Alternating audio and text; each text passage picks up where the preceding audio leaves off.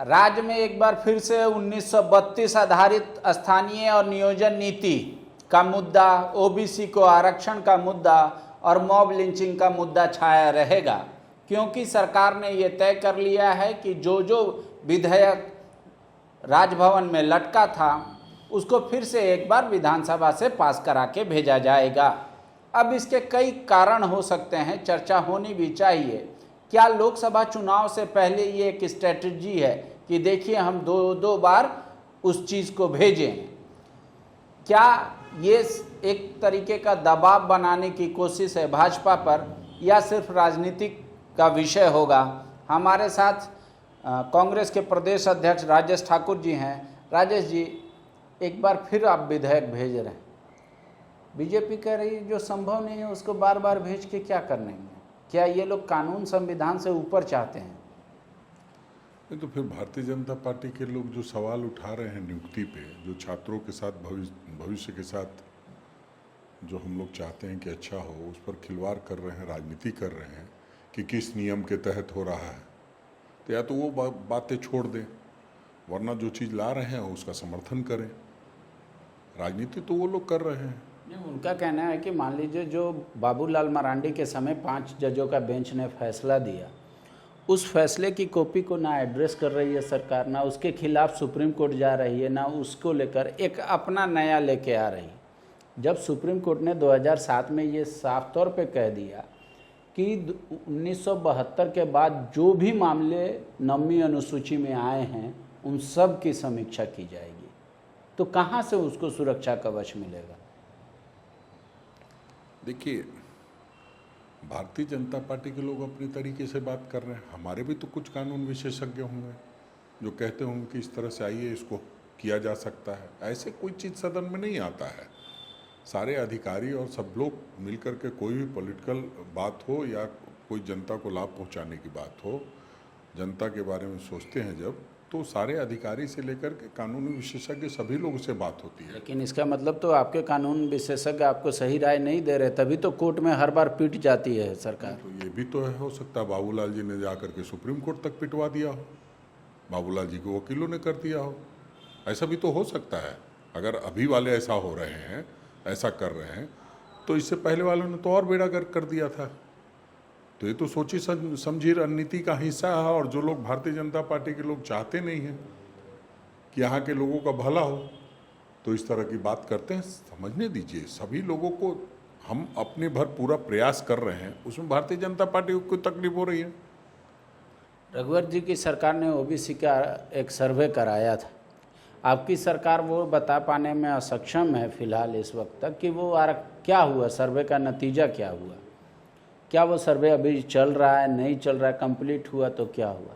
सरकार किस आधार पर, कल अगर सुप्रीम कोर्ट या हाई कोर्ट में ये मामला जाता है तो किस आधार पर कहेगी कि भाई हम इन आधार पर एसटी का, एससी का और ओबीसी का आरक्षण बढ़ाना चाहते हैं? उसके लिए हम लोग ने अभी पीछे बैठक हुई थी और ये तय हुआ है कि वो जो ट्रिपल टेस्ट करना है उस पर आगे बढ़ना, और मैं समझता हूँ बहुत जल्द जो 2-3 दिनों के अंदर पिछड़ा जो आयोग है जो इस चीज़ को सुनिश्चित करता है उसका गठन हो जाएगा और सारी चीज़ें चालू हो जाएंगी। तो उससे पहले विधेयक लाने का, आरक्षण, ओबीसी आरक्षण को बढ़ाने का क्या मतलब है? नहीं तो देखिए, ये तो सब अलग अलग चीज़ें हैं। वो सदन है, ये सदन के बाहर की बात है।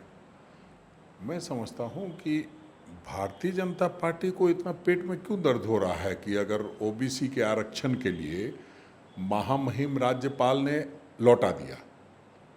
क्यों लौटाया? छोटी मोटी तकनीकी बातें करके उसको टाइम किल करने के लिए इस तरह से लौटाया गया। या ये भी हो सकता है कि राज्यपाल महोदय ने कुछ अच्छा सोचा होगा तो उस वास्ते उन्होंने लौटाया है। तो जो ऑब्जेक्शन लगा है उसको दूर करके भेज रहे हैं, तो इसमें भारतीय जनता पार्टी क्या? कोई आधार नहीं है, जानबूझकर सिर्फ मुद्दा बनाने के लिए ये विधेयक ला रही है तीनों, ताकि फिर लटक जाए और जनता में जाकर ये बोले कि देखिए हम लोग तो बार बार कोशिश कर रहे हैं, नहीं हो पा रहा है, हम क्या करें। बोल रहे स्केप का रास्ता खोज रही है सरकार। जो जैसा करता है वैसा सोचता है। पूरे देश को तो इसी तरह गुमराह करके कर रहे हैं। एनआरसी, सीआरसी, पीआरसी, 370, ये वो हुआ क्या है सबको पता है। तो इसलिए जो जैसा करता है वो ऐसा सोचता है। हम लोग वैसा सोच नहीं, अच्छी सोच के साथ हम लोग काम कर रहे हैं। मॉब लिंचिंग कानून आप लोग लाने जा रहे हैं फिर से। मॉब लिंचिंग का मतलब मॉब को परिभाषित ही नहीं कर रही है सरकार कि मॉब कौन है। 5 या उससे अधिक संख्या के मॉब हैं, 4 या 1। अब एक को मॉब लिंचिंग कहेगा तो फिर वो कोर्ट में टिकेगा नहीं। दूसरी बात, ये सरकार ही तबरेज वाले मुद्दे में जो इन्वेस्टिगेशन की उम्र कैद और 10-10 साल तक की सज़ा हुई, तो आपको लगता है कि वाकई में मॉब लिंचिंग के लिए अलग कानून इस राज्य में आवश्यकता है? बिल्कुल होना चाहिए, क्यों नहीं होना चाहिए। जिस तरह से पूरे देश में, ये तो पूरे देश में होना चाहिए, जो हालात बने हुए हैं। मणिपुर में क्या हो रहा है, ये मॉब लिंचिंग ही है और इसको क्या कहा जाएगा। और उसको हम झारखंड में अगर पहले से तैयार करके रखते हैं, जो स्थिति देश में भारतीय जनता पार्टी के लोग पैदा कर रहे हैं, जिस तरह से नफरत चरम पर है, तो कभी भी कुछ भी हो सकता है। भीड़ का हिस्सा कोई भी व्यक्ति बन सकता है, भीड़ की हिंसा का शिकार कोई भी व्यक्ति बन सकता है। तो वैसे में अगर कोई कानून आता है तो उसमें किसी को परेशानी नहीं होनी चाहिए। हम समझते हैं कानून तो कानून है। ये सही है कि पहले से भी बहुत सारे कानून हैं और हम लोग उस पर काम करते हुए सज़ा दिलाने का काम करते हैं, लेकिन कोई नया कानून आना चाहिए तो उसमें किसी को क्यों तकलीफ होती है।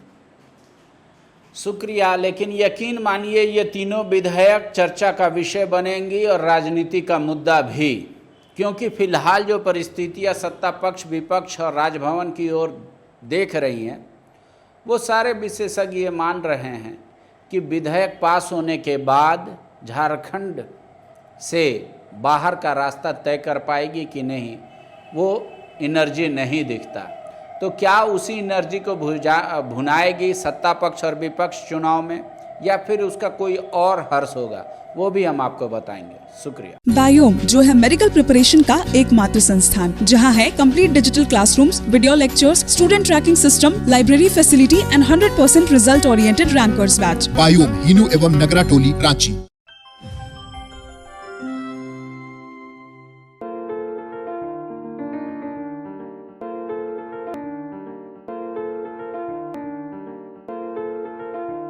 thefollowup.in. Like, share, and subscribe. www.thefollowup.in